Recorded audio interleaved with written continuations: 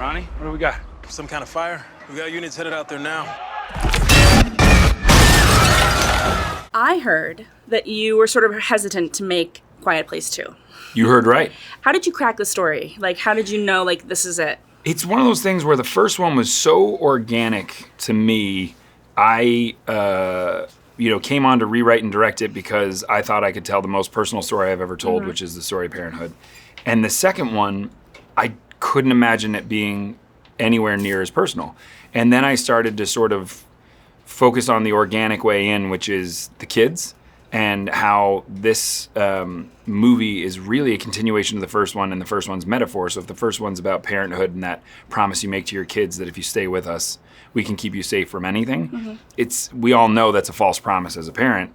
And so the second one's about that promise being broken, and I think that when that promise gets broken, that's what growing up is. And so I thought Millie had to be sort of the lead of our movie for me, and that because it would be a continuation of sort of all the things I was trying to prep her for in the first one.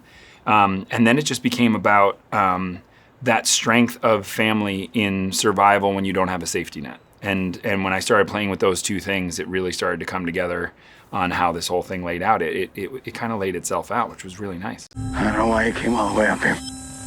There's nothing left.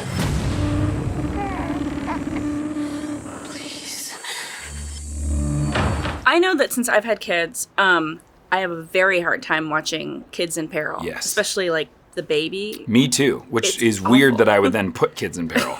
It doesn't make any sense to me, but I'm working it out in therapy.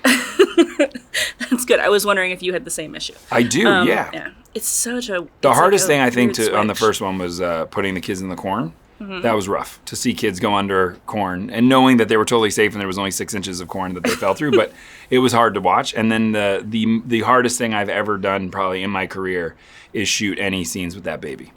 Because when a baby's crying and it happens to be in a weird jury-rigged box, Yeah. it's not okay. And you can feel the entire crew being like, so this will be the last take, right? Because we're all going to break down crying. Yeah, it's really awful. It's intense, yeah. And I'm sorry. Thank you. One thing I really liked in this movie is the flashback, which is the scene that you're in. It's right at the beginning of the movie. And it kind of... Spoiler alert, jeez. sorry, I think it's in, like, some trailers.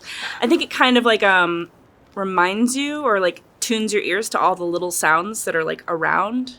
Do you know what I mean? Yeah.